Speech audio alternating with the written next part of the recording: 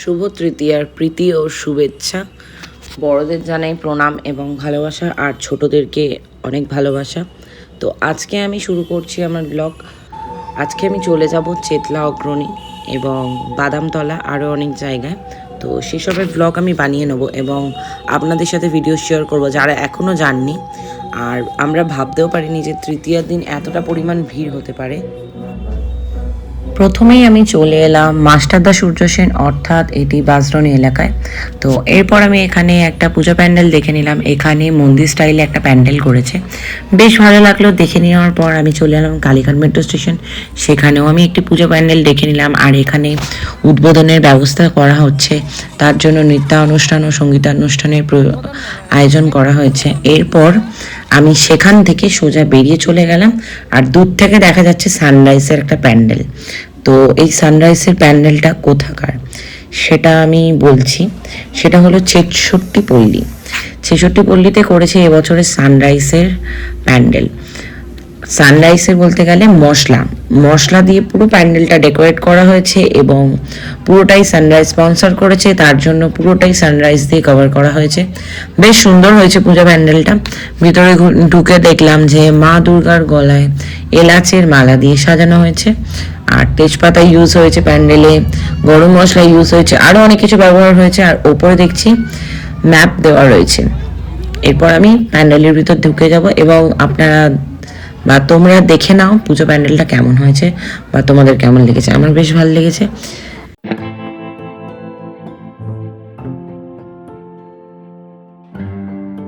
আপনারা এবারে দেখতে পাচ্ছেন যে পূজা প্যান্ডেলটা কতটা সুন্দর করে সাজানো হয়েছে, আর মাকে এলাচের মালা পরানো হয়েছে। আর পুরো প্যান্ডেলে মশলার ব্যবহার হয়েছে, গোটা গরম মশলা, দারচিনি, এলাচ আর তেজপাতার তো ইউজ হয়েছেই। আর ভীষণ সুন্দর লাগলো প্যান্ডেলটা, নতুন কনসেপ্ট। এরপর চলে যাব পরবর্তী প্যান্ডেল। তো পরবর্তী প্যান্ডেলে যাওয়ার আগে দেখছি ডান দিকে পোটোপাড়া, সেখান থেকে বিভিন্ন অর্ডারের ঠাকুর এখন বেরোচ্ছে, মা দুর্গাকে নিয়ে চলে যাচ্ছে লরি করে। তো একটু ভিতরে ঢুকে কীরকম মূর্তি কী রয়েছে আমি একটু দেখে নিলাম, তারপর আমি চলে যাব পরবর্তী প্যান্ডেলে।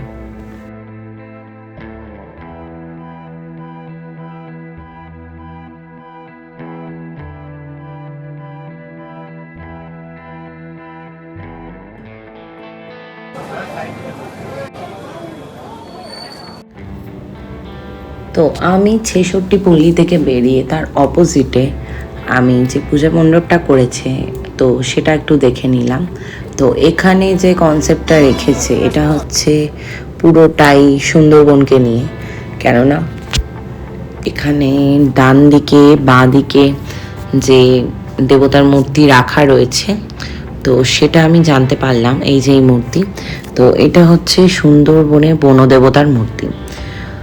এই মূর্তি পুজো করা হয় শুধুমাত্র বাঘের হাত থেকে রক্ষা পাওয়ার জন্য। তো সুন্দরবনের অধিবাসীরা বাঘের হাত থেকে রক্ষা পেতে এই দেবতার পূজা করেন। তো তারপরে এখন মায়ের সামনে চলে এসেছি, মাকে বেশ সুন্দর লাগছে।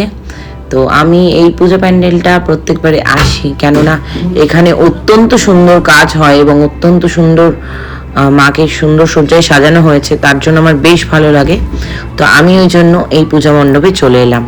আর তোমাদের কেমন লাগছে এটা আমাকে কিন্তু কমেন্টে জানাতে ভুলো না। এবার আমি এখান থেকে বেরিয়ে চলে এলাম বিবিটি ক্লাব। তো বিবিটি ক্লাবটা দেখলাম এখনও অব্দি উদ্বোধন হয়নি। ওনারা বললেন যে 10 মিনিট বাদে উদ্বোধন হবে। তো আমরা আর 10 মিনিট দাঁড়ালাম না, আমরা এরপর চলে গেলাম পরবর্তী প্যান্ডেলে। তো ভাবলাম যদি এটা দেখে হাতে সময় থাকে তাহলে অবশ্যই আমরা বিবিডি ক্লাবটা দেখে নেব।